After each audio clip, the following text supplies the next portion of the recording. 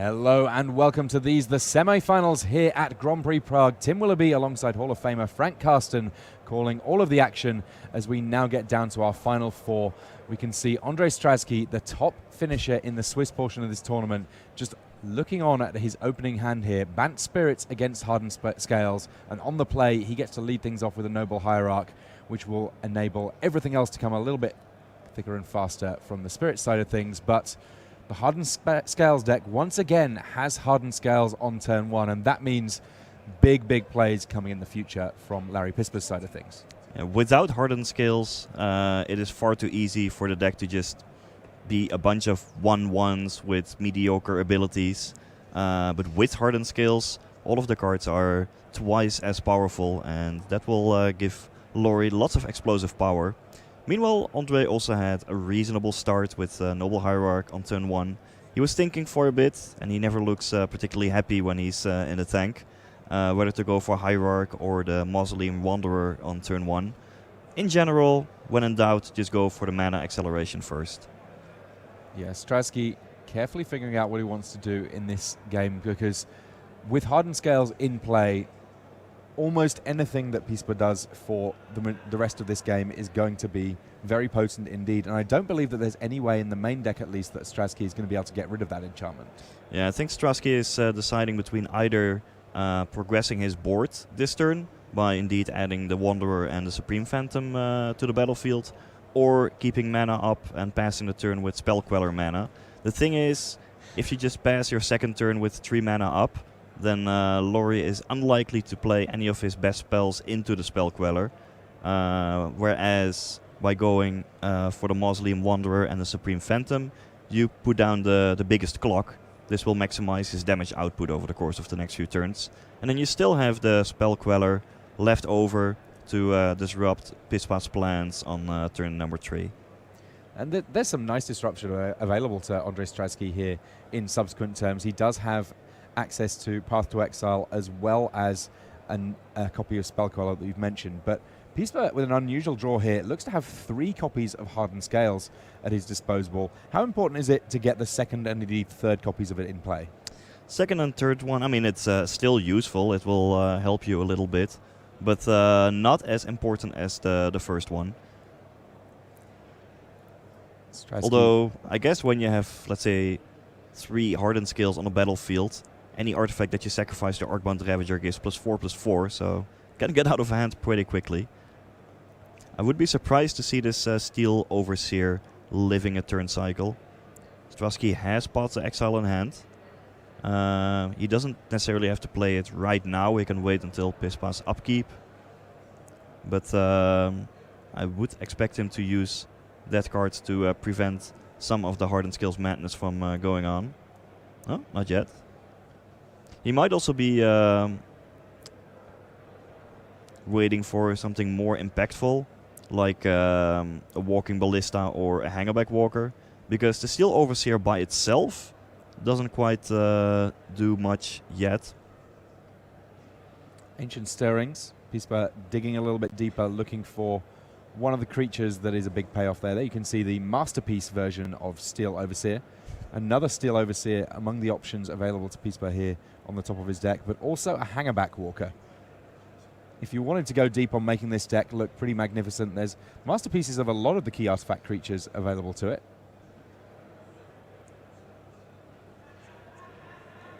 Arcbound Ravager. Now this might well meet a response from Stradsky. He does have Spell Queller, so the obvious play is to just put that Spell Queller onto the battlefield, effectively countering the Ravager, and keep going with attacks in the air. But I think Stradsky is trying to figure out whether he, well, might need to go for it already. He might also want to keep the Spell Queller perhaps for something that he deems more impactful. Cards like Walking Ballista might be more dangerous to face for his deck.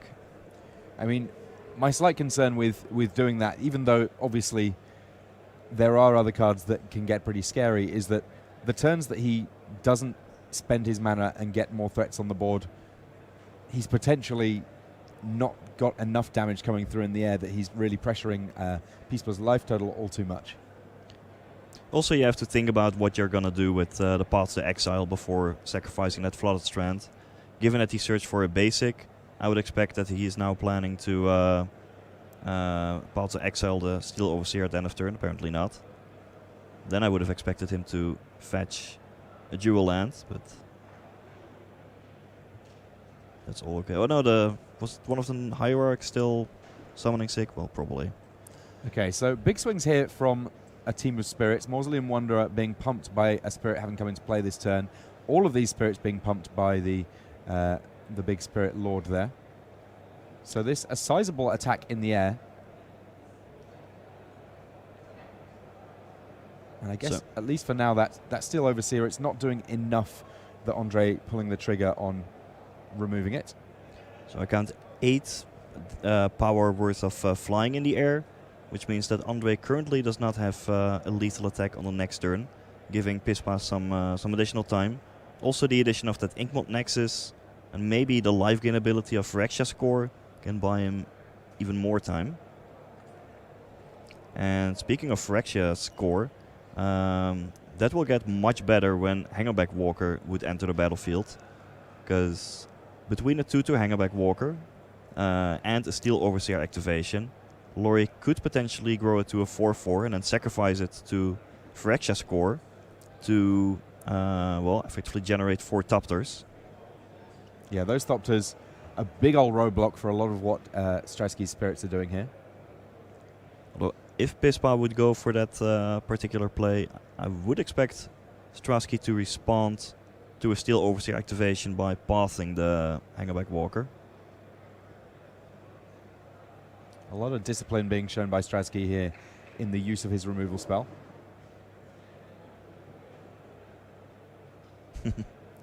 Just making sure what it does. Well, sacrifice any artifact, gain a life, but it's not so much about the life gain as it is about the sacrifice ability. Because that Hangerback Walker, it's not doing all that much as a 2/2 on the table, but all of those Thopters it can generate, those will be useful. So, in response to a Path to Exile, of course, Pispa can sacrifice the Hangerback Walker to generate 2 flyers. Looks like Stratsky content to allow this activation of the Overseer. He's very patient with that Path to Exile. And a Spirit off the top here does represent a lethal attack, and a Drog Skull capped in the pickup. So every Spirit being pumped, Mausoleum Wanderers being pumped twice. Yeah, so the Wanderers are 4/4 currently this turn.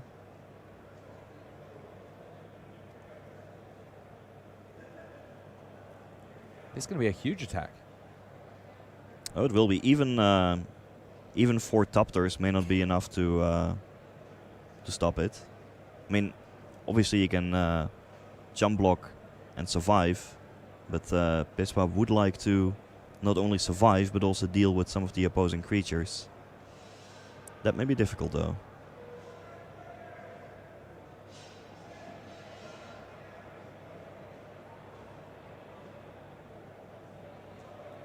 Everybody's coming in.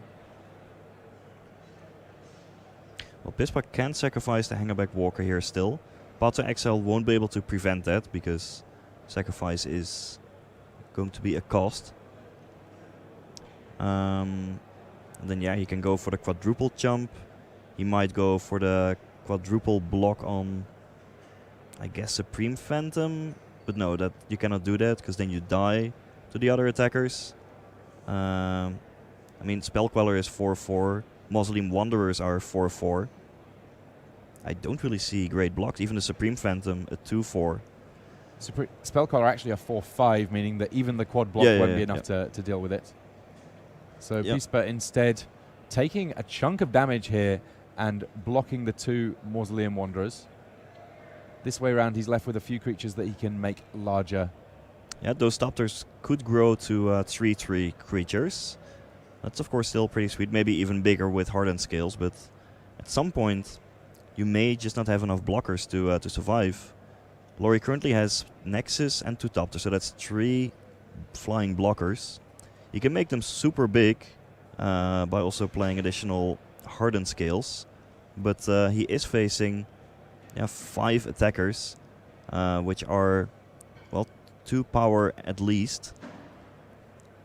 So that means that unless something changes, I don't see a way for him to survive this turn.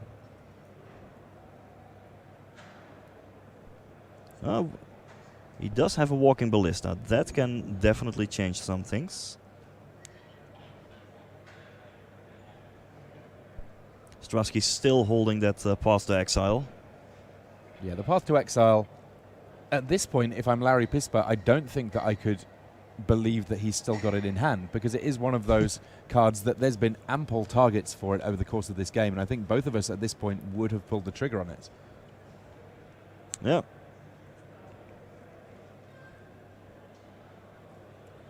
Quick update on our other table. Tiomeri already a game up with his humans list against the Ironworks combo. So much disruption available to those humans. And we saw Thiago Saporito doing good work with humans against Ben Stark in the Pro Tour. Not too surprised to hear that first game going to humans.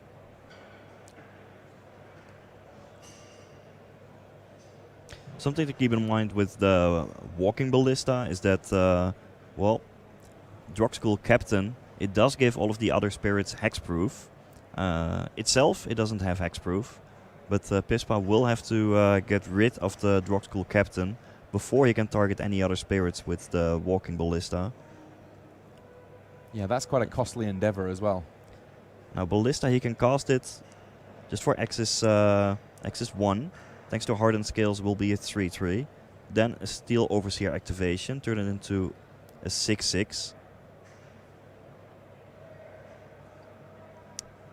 Actually, Pispa chose, it looks like, not to go for the or maybe that hardened scales is still on the stack, and Strasky is finally pulling the trigger on Steel Overseer. As it turns out, this kind of a prescient move, because obviously the follow-up card was going to be problematic, but this way around, a lot fewer counters being thrown around before this Steel Overseer goes off on a little journey. And if that is indeed the case, then Strasky would try to avoid a scenario where he is facing, let's see, 4/4 Topters. Saying, well, I can deal with 3/3 Topters, but if that hardened scales resolves, they're going to be too big as a blocker. Now Pispa has to do the math, seeing if maybe he needs to well, activate his Inkbond Nexus right now to boost it with Steel Overseer while he still can, in order to have access to it as a bigger blocker on the next turn. But I think if he tries to line up 3 flying blockers for all of Andre's attackers, given that each of them is at least 2 power, I don't think he can activate his Nexus here. He just has to rely on the walking ballista somehow. Although I'm not sure that's going to be enough when Steel Overseer is no longer around.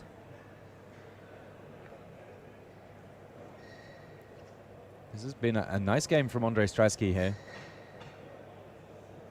The draw from Pispa has been pretty good, but at least thus far, Andre the one that's putting on all the pressure. I mean, both of these decks are doing what they were designed to do. Pispa has hardened scales with some of his key artifact creatures, whereas Strasky had a pretty solid draw, starting with a Hierarch, lots of cheap spirits, and 2 lords, plus some disruption. So a perfect mix of pressure, curve, and disruption for Strasky. Might indicate that Banned Spirits isn't as far behind in this matchup as Laurie Pispa's victory in the quarterfinals had made me believe.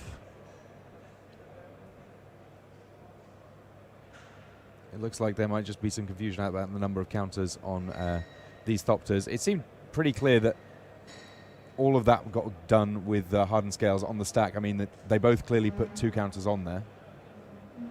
Which would be the correct number. Yeah.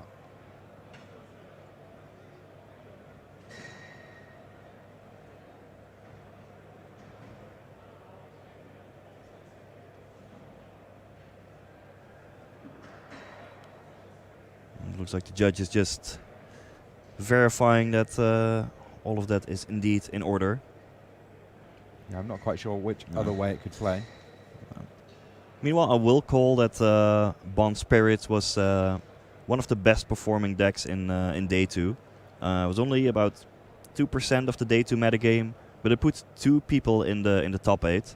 So this is arguably the breakout performance for that archetype. It didn't take long after the printing of Supreme Phantom for people to realize the power of a deck that is somewhat similar to humans, in the sense that it also relies on tribal synergies and some disruptive elements, but has the advantage of, well, flying, for instance, but also a better sideboard, which we might see sometime later in this match. A 3/3 Walking Ballista, awkwardly sized when it comes to dealing with the spirits on the other side of the battlefield here. And it can shoot down the Drog School Captain, which is currently 3/3, pumped by the Supreme Phantom. But let's see. Yeah, then Andre still has 4 flyers, each of which... Oh, no, that's not true. Laurie can actually leave Supreme Phantom and Mausoleum Wanderer unblocked and fall down to 1 life. But Okay. for the fact that there's another Lord on top, that enough for the cards to get scooped up. Andrei Stratsky taking game 1 there against Larry Pispa.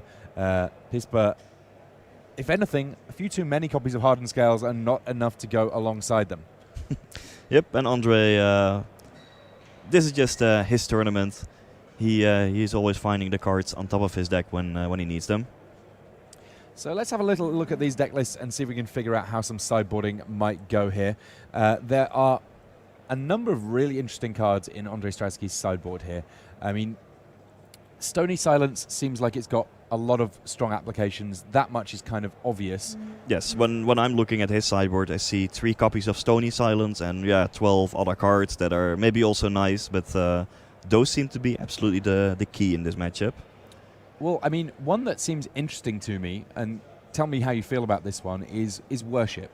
So there is the potential for Stratsky's deck to create an army that is hexproof, that cannot in any way be targeted by the opponent. So if you get, for example, Drogskull Captain ×2, which potentially is achievable with Phantasmal Image. Likewise, if you get a Geisterstrand Traft in play, then you have a deck with which, if it has Worship in play, it's going to have a creature in play that's going to be very difficult to remove, and then no way of the other side to be able to finally deal that final point of damage. It is an interesting angle, but personally I would not go for it for several reasons. First being that Laurie Pispa has Inkmold Nexus in his deck, so he can set up an Infect kill, which gets around the Worship effect.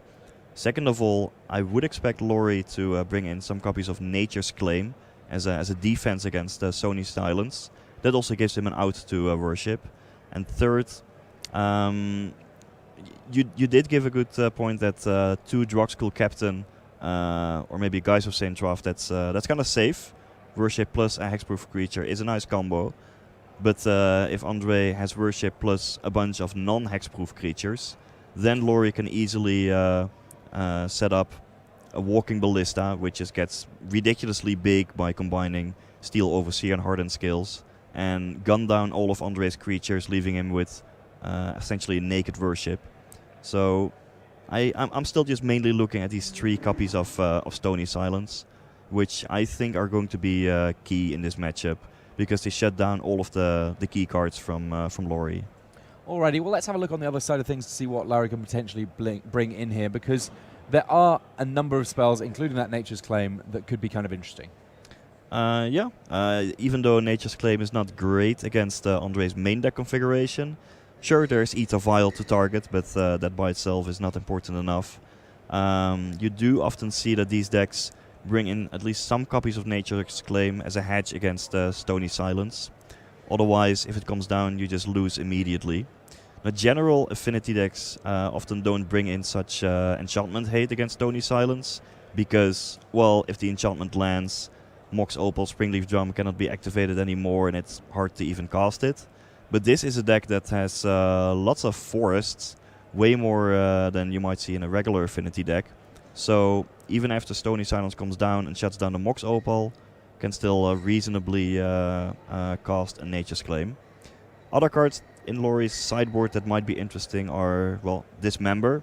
It's a way of breaking up some of the tribal synergies that Andre has, and having a Dismember at the ready for what is arguably the best card in Andre's deck in Spell Queller.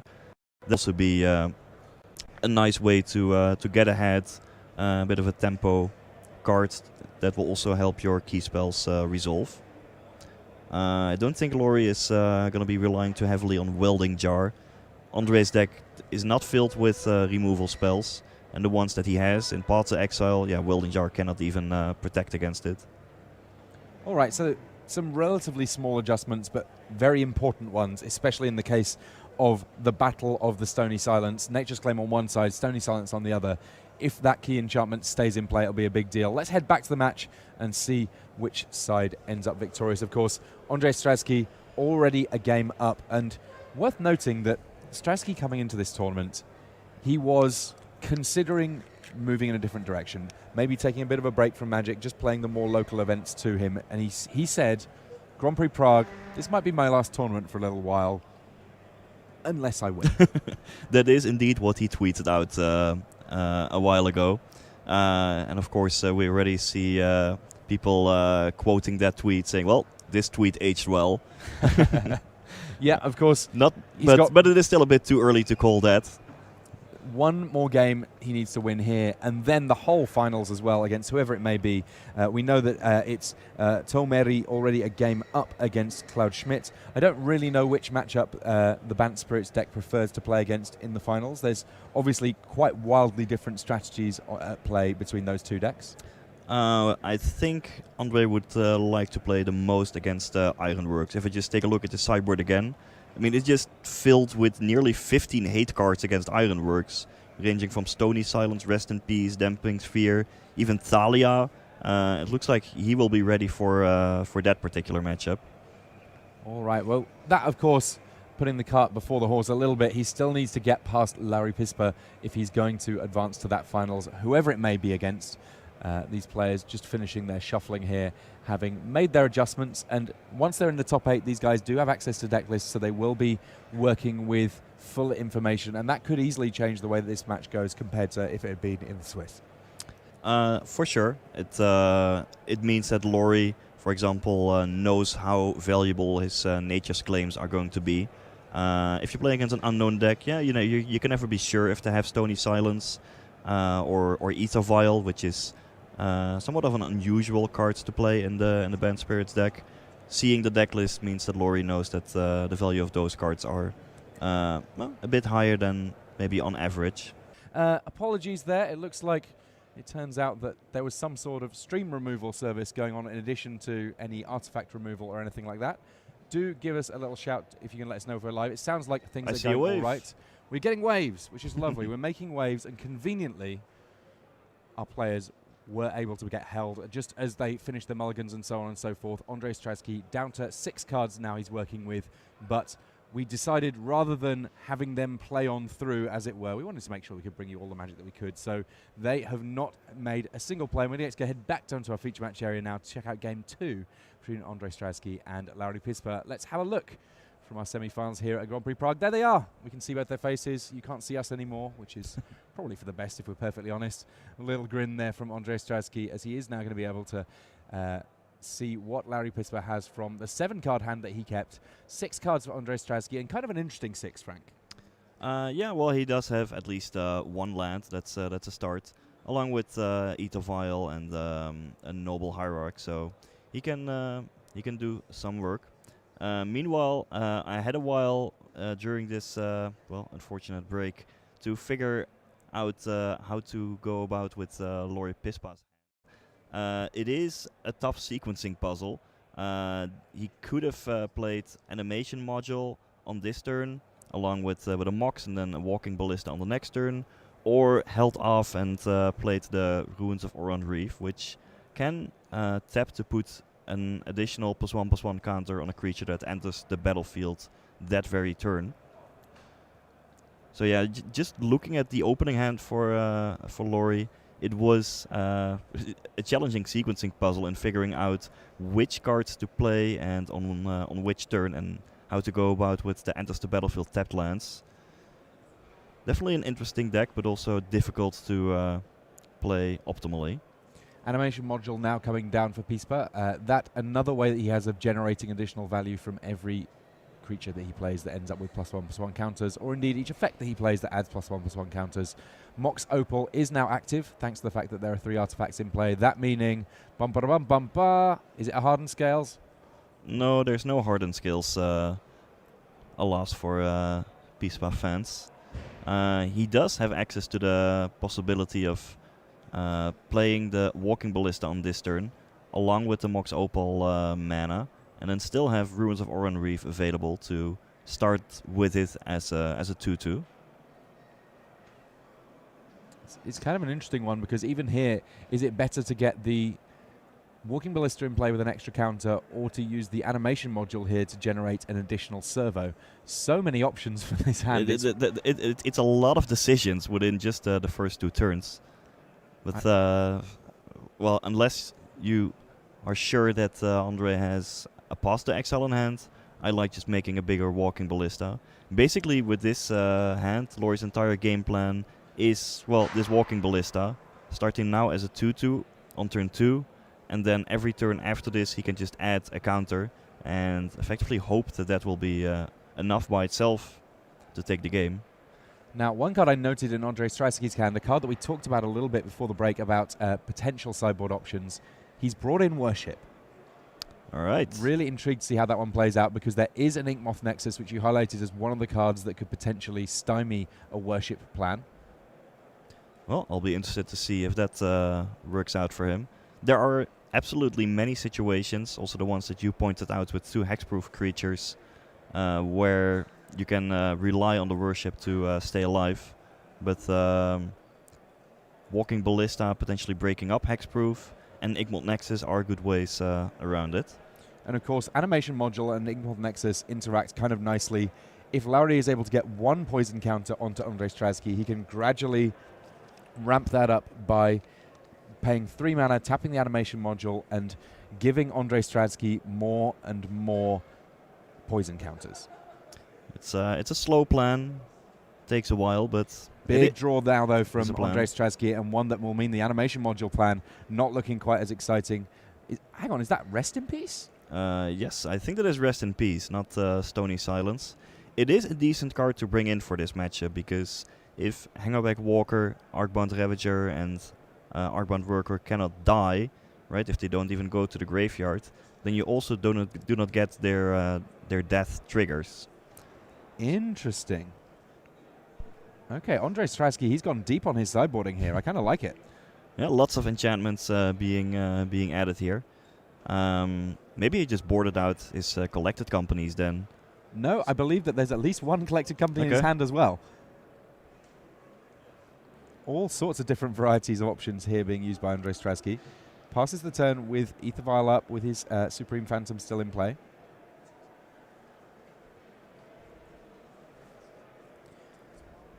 An update for you on our other match. It will be Teo Meri on humans, who is going to be facing up against whoever wins this semi-final on the other side of things. So Stratsky, he only needs to win 1 game. For Pispa, it's going to have to be 2 on the bounce if he's going to be able to make it through to the finals. But whoever gets there will be fighting against the might of the humans. And being a human, I can tell you, we're pretty good at stuff. the best tribe, for sure. Yeah, it does mean that Claude Schmidt on Ironworks combo did not advance, but still a semi-final finish in a field with nearly 2,000 players. Pretty good. So here we have the block on a servo from Supreme Phantom. This tempting Lauri Pispa to use Walking Ballista somewhere in the mix to take down the Big Spirit. But we can see that there is a phantasmal image in hand which can potentially copy the Supreme Phantom at the perfect moment here. Hold on, did Laurie have 4 mana to activate the Walking Ballista? I see 3 lands tapped, and the Mox Opal being used to activate the animation module. I believe this is not a legal play, or am I missing a mana source somewhere? Should 3 mana to activate animation module to put a counter on the Walking Ballista would make sense, and then paying 1, but the animation module should be tapped if that's the case. Yes. Should perhaps alert the judges on this. I guess it doesn't really matter if the animation module is tapped or not. Okay. There we go. That was the issue. Then it's all right. It was just a matter of making sure the animation module was actually tapped. Easier to figure out from down there where you can hear the players interacting, but we just about made it up here also. And now the Ruins of Oran Reef is still available to boost that servo token. And ultimately, this game is going to be a matter of, will that single Walking Ballista be enough to, to win the game by itself mostly. Strasky here just checking out his sideboard, reminding himself exactly what he took out. I mean, especially if you're thinking about things like, okay, how likely am I to hit and how well can I hit off Collected Company? I can see the importance of just making sure that you keep track on that sort of thing. I believe judges are checking perhaps the replay of the stream. This is just speculation on my part, or at least investigating the incorrect board state that Laurie represented by not tapping the animation module. We cannot hear the players, we don't know what was said, but the judges are there to ensure the integrity of the tournament. Laurie had already a couple warnings for game rule violations today, I believe.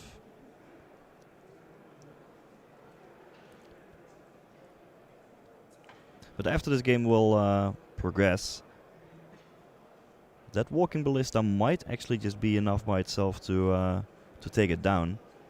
Rest in Peace doesn't really interact at all with that game plan. And Strasky's hand, he doesn't seem to have the best ways of dealing with a humongous Walking Ballista.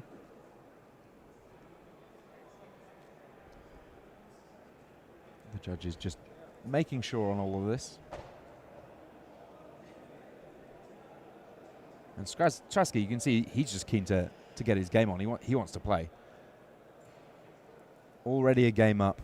One more, he can make it to the finals, win that, and he's back in Pro Magic. He said that he was going to be taking a little bit of a break unless he won this tournament, and that's still on the cards. It's still on the table. He could still potentially win this tournament.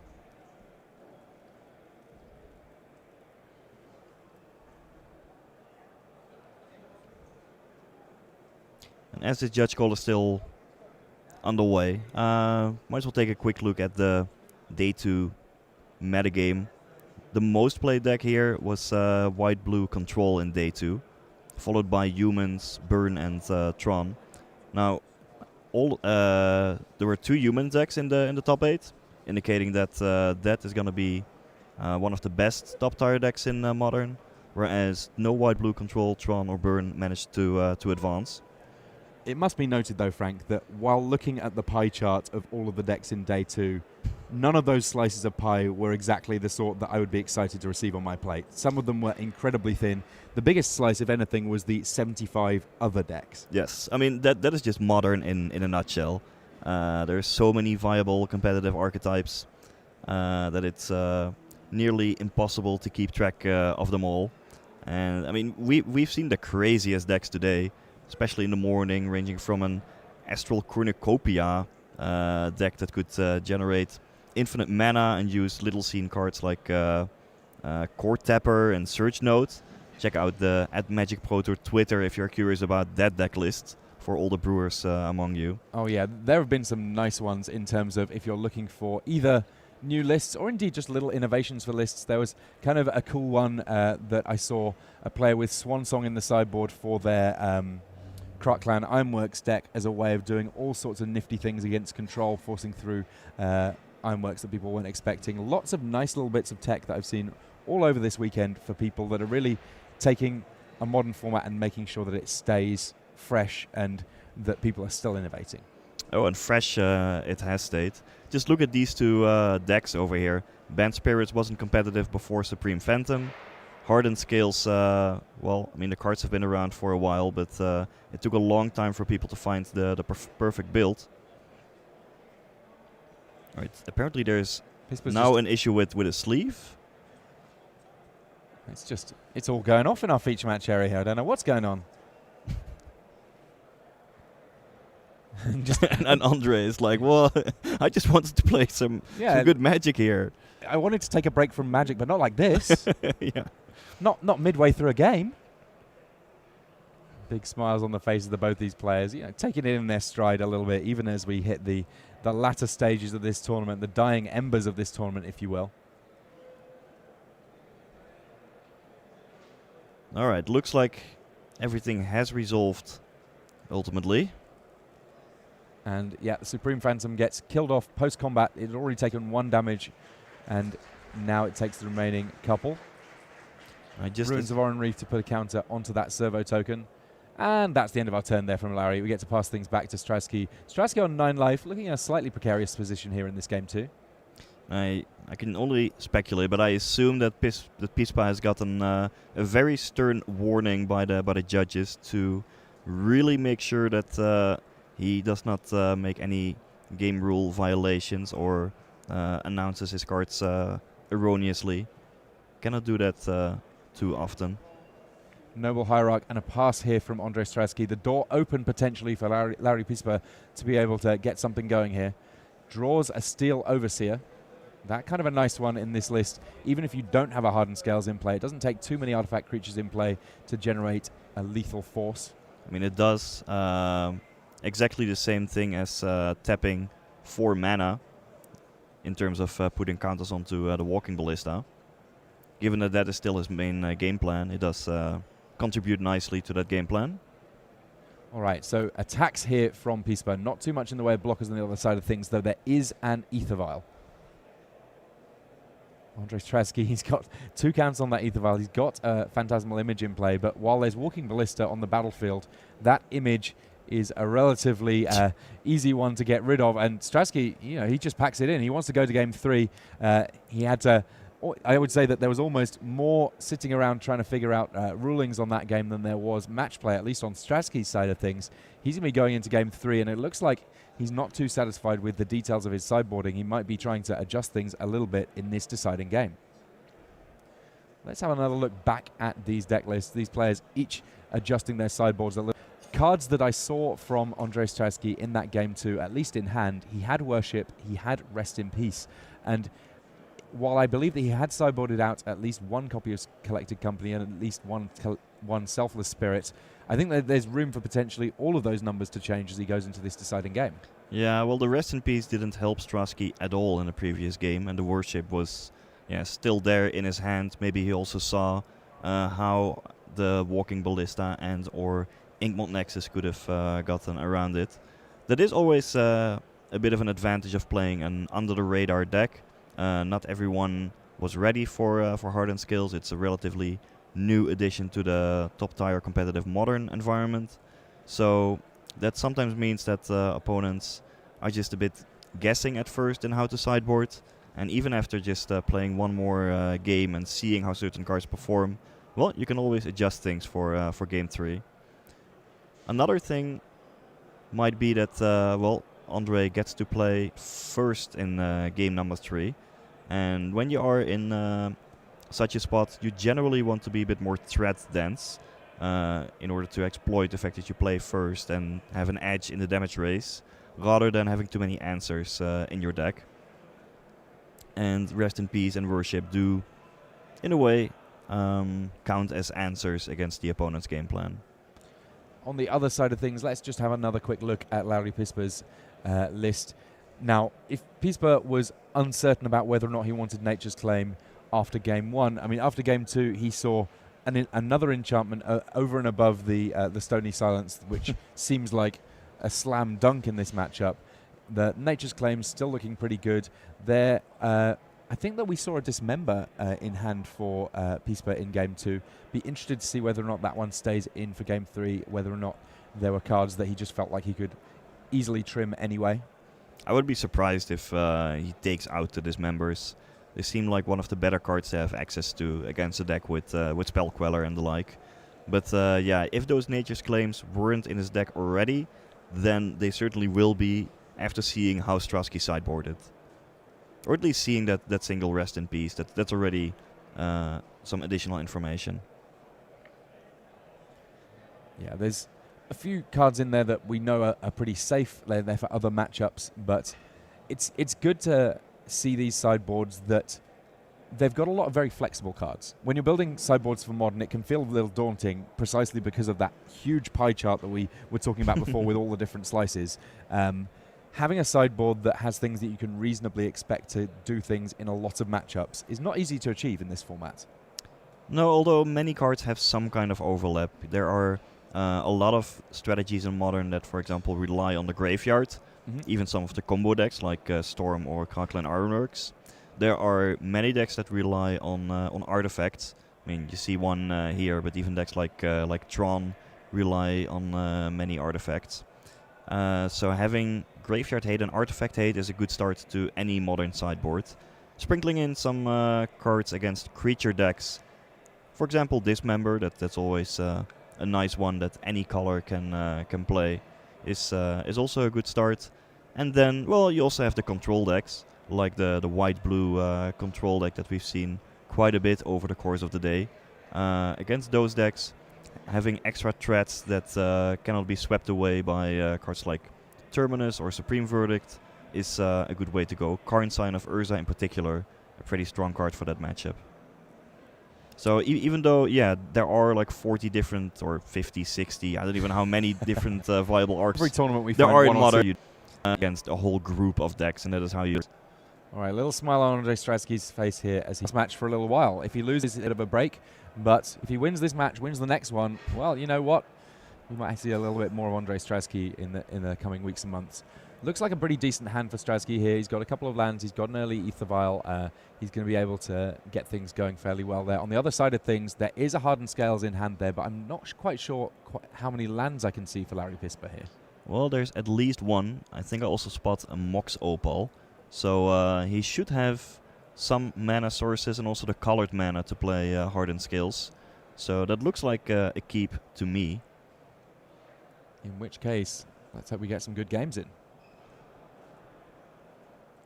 Okay, Ether Vial on turn 1 here, off just a basic forest for Andrei Stratsky. Laurie picks up a land, which is probably what he was hoping for the most, given that his original opening hand was a bit land light. And now, well, we start with the sequencing puzzle. Do you go for Forest Hardened Scales, or maybe get a tap land on the battlefield already? You also have to plan out the next turn between Mox Opal. You have to ensure you get to Metalcraft. It's a puzzle, for sure. Yeah, Ruins of Oran Reef, while it definitely has utility, I'm struggling to figure out exactly how good it is when it does come into play tapped. And Stony Silence, yes, it's a big old nombo with that Ether Vial, but I don't think that Andrei Stratsky's going to mind. No, not at all. I mean, Ether Vial is a card that he doesn't need necessarily, whereas Stony Silence basically shuts down the entire deck of Laurie Pispa.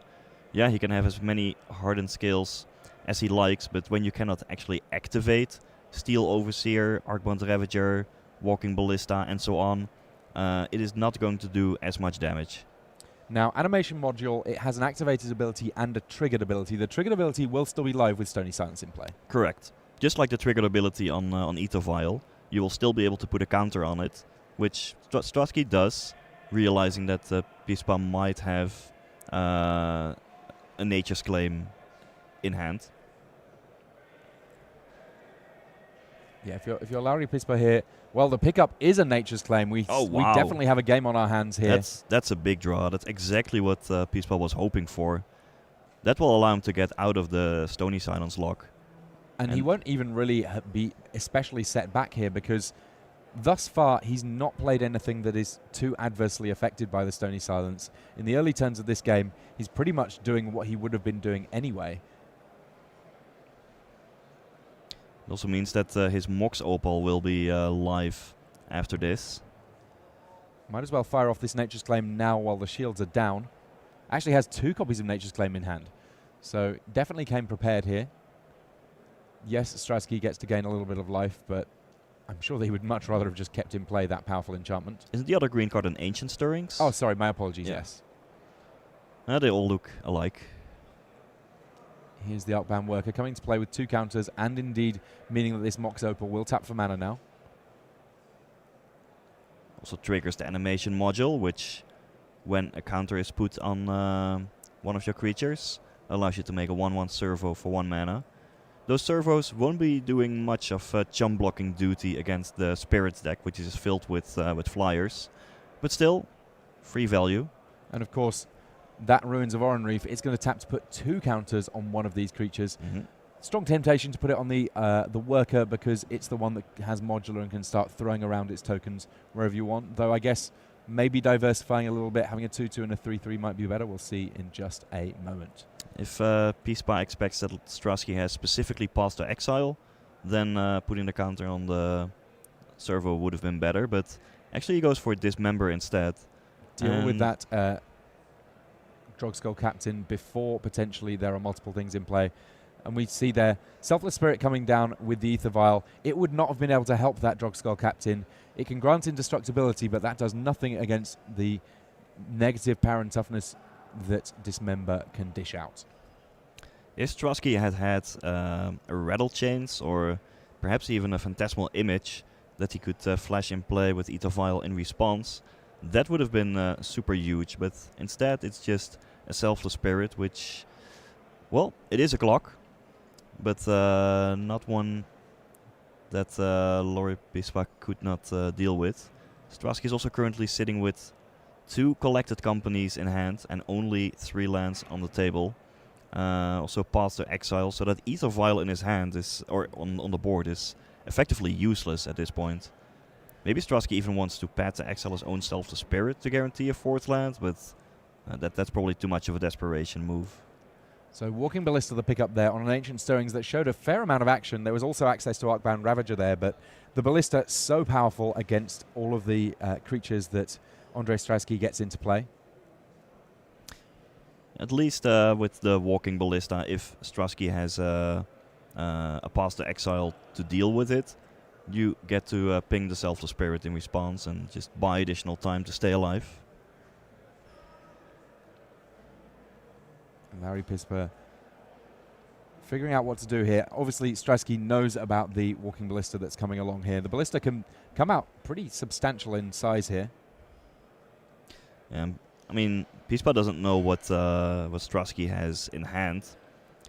He might be thinking about, well, it could be Spell Queller, all kinds of creatures I have to play around. If he has Spell Queller, then how do I want to play this? If he doesn't, how should I do it? So this is an activation of animation module, and in response, Arcbound Worker is getting Path to Exiled here. And I think the thought process for Pispa is revolving largely around the threat of Spell Queller, not willing to just add the Walking Ballista to the battlefield and have it countered. Instead, just sinking his mana into a different threat.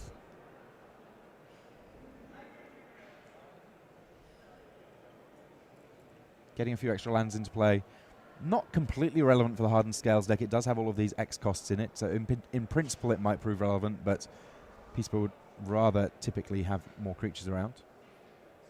There's the 4th land, so Collected Company is now online. That is a big pickup for Strasky. Probably what he was hoping for.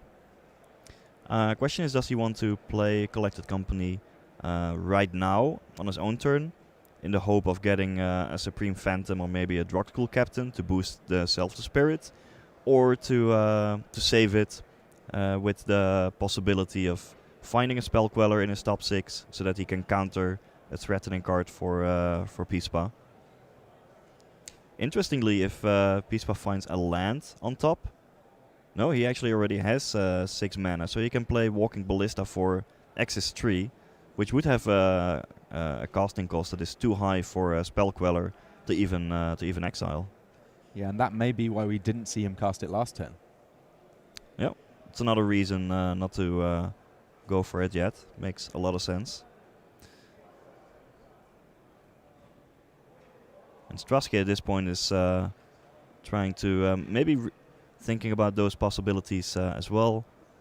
Perhaps trying to figure out what Pispa could have at this point. And it's interesting because the line of play that Larry Pispa took last turn wasn't really one where Andrei Strasky was strongly incentivized to use a Spell Queller if he had one. So for Pispa here, he could be playing around Spell Queller, but ultimately, even though it's Collected Company in hand for Andrei Strasky, it kind of works out the same way. Mm-hmm. I mean, it could be possible, like from Andrei's perspective, that Pispa had Arcbound Ravager in hand, but just didn't want to commit it into a Spell Queller. So if he goes for the main phase Collected Company just to improve his clock, yeah, he might really regret it if that was indeed the card in Pispa's hand and there is a Spell Queller in his top 6. I mean, the extent to which he's improving his clock here, even off the best possible Collected Company, is a couple of extra points of damage. True, but, well, it is a bit of a damage race game, so those points might end up mattering. One way or another, it is getting to the point where Andrei has to make up his mind and has to make a decision. And I'm sure that Laurie at this point realizes that, well, Andrei had Collected Company and was thinking about those possibilities. Looks like we are going all in for the damage plan. Now, this is going to be one of the places where the more that Strasky has sideboarded, the worse his Collected Companies get, because chances are he's not brought in very many creatures, and we've already seen various spells that he brought in the last game. So it will be interesting to see exactly what options he gets off this Collected Company. Also, the presence of Ether Vial in his deck makes an average Collected Company a little bit worse compared to other Banned Spirits decks, which may have additional, let's say, Rattle Chains instead of those Ether Vials. Okay, so what's on top? 6 cards to look at, up to 2 creatures getting put into play. And it looks like we already have 2 hits in Spell Queller and Supreme Phantom, exactly 2, so that makes the decision comparatively easy. He gets an extra point of damage through here doing it now, and that Spell Queller that came into play, yes, in principle it might have been able to stop something, but as you so carefully noted there, Frank, if it was a gigantic Walking Ballista, it might have been too big to be stopped by Spell Queller anyway. Yeah, at this point I think Andrei is like, well, if I had known that there was Spell Queller on top, I probably would have just passed the turn.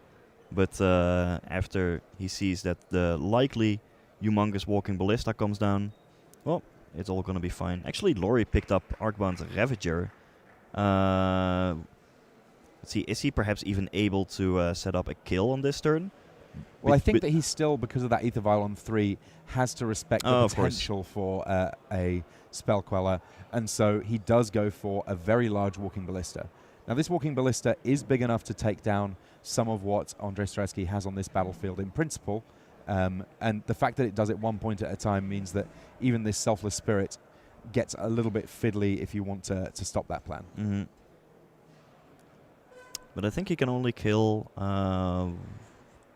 let's see. Well, he can potentially deal 3 damage to the Supreme Phantom and then an additional damage to the Spell Queller. I think Pispa should have just activated the Walking Ballista in his own turn, because now he only gave Andrei the opportunity to untap, and now Andrei has another Collected Company mana up. So and he's got a Drogskull Captain that he drew that he can put into play off that Ether Vial. So this could be kind of messy here. But not sure if Strasky wants to be the first one to act then. See, currently he's attacking for 147 damage. On the one hand, you want to get that Drogskull Captain onto the battlefield as quickly as possible to improve your clock. On the other hand, yeah, sometimes you just want to keep it so you can respond to a Walking Ballista activation. But, well, Strasky is making the first move. Etavile on the stack. Now, the way this works is you just put the ability on the stack. I'm going to put some creature onto the battlefield with Converter Mana cost 3 if I have it. You don't have to reveal the card from your hand or show your opponent what you're going to put onto the battlefield. But if Pispa wants to respond, he has to do it before seeing the Drogskull Captain. Once the Drogskull Captain's in play, it's just in play. Yes, it's already on the battlefield.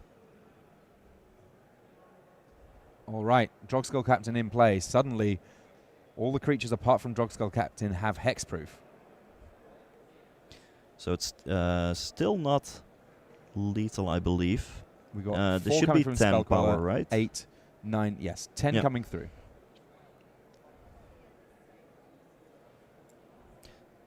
So now again, while Andre has priority, he could cast Collected Company.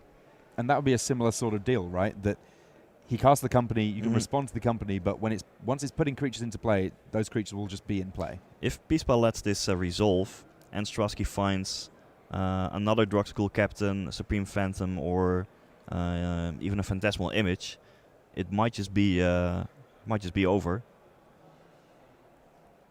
Yeah, Pispa here, he put himself in a spot of bother by not using this Walking Ballista sooner.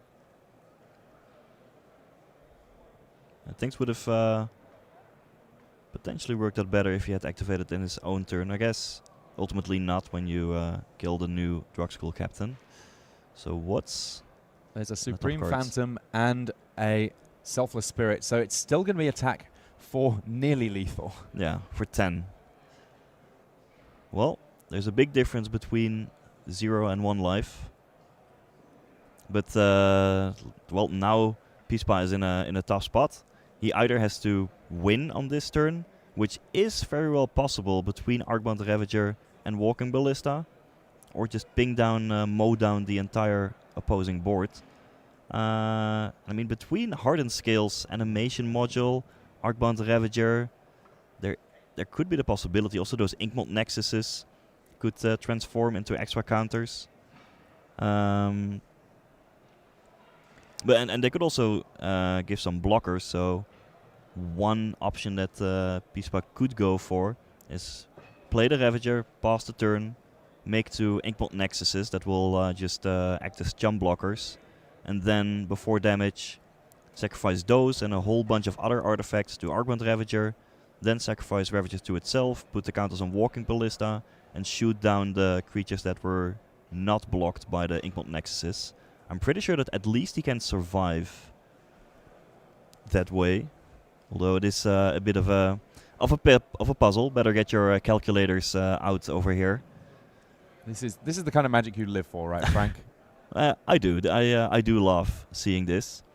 But let's actually check whether Laurie could even deal 19 damage on this turn. So if he goes... Okay, so a counter was put on Arcbound Ravager that triggers the animation module. He could sacrifice Servo Mox Opal to the Ravager, generating servos along the way.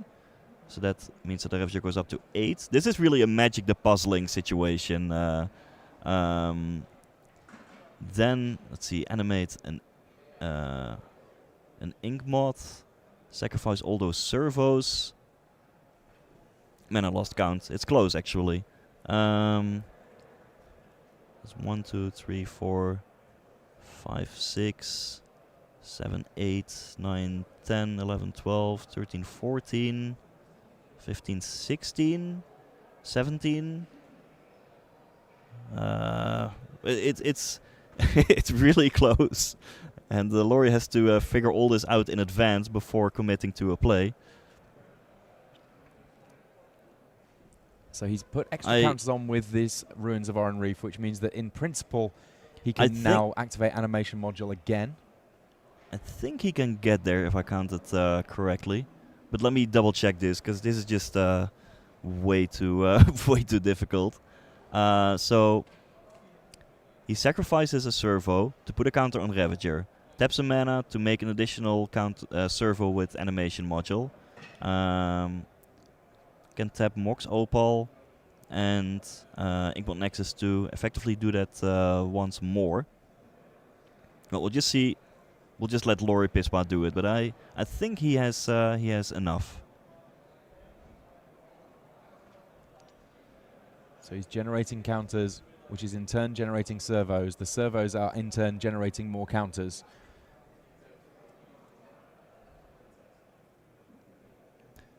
Then sacrifice the servo to the Ravager, generating an additional servo. Ravager up to 8. Do it again. Tap that final mana source. Ravager up to 10. Sacrifice the new servo. Sacrifice the existing servo. Sacrifice animation module up to 16. And then you sacrifice Ravager to itself, which will put 17 counters onto the ballista. Is he one off?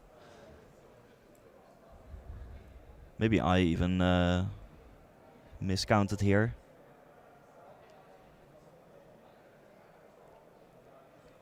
Trotsky can't really do anything apart from just wait and see if this is indeed going to be enough.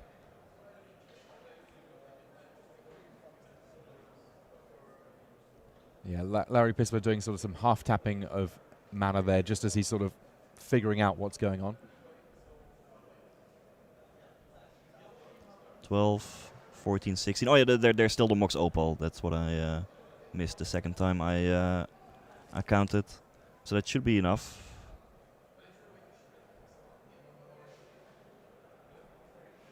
Yep, with the Mox Opal you go up to 18 and then you put 19 counters onto the Walking Ballista. So that is exactly 20 damage. He did it! Wow. That is impressive. And there's the handshake. It will be Larry Pispa on hardened scales making it into the final. Wowza. That was incredibly close. And Andrei Stradsky looking a little dejected there because it seemed so close to him being able to get there. He couldn't quite find the last points of damage that he needed. Yeah, 1 life. Yeah, huge, huge difference there. And ultimately, it's going to be hardened scales in the hands of Larry Pispa. And on the other side of things, we haven't really had a chance to see very much from him at all in this top 8.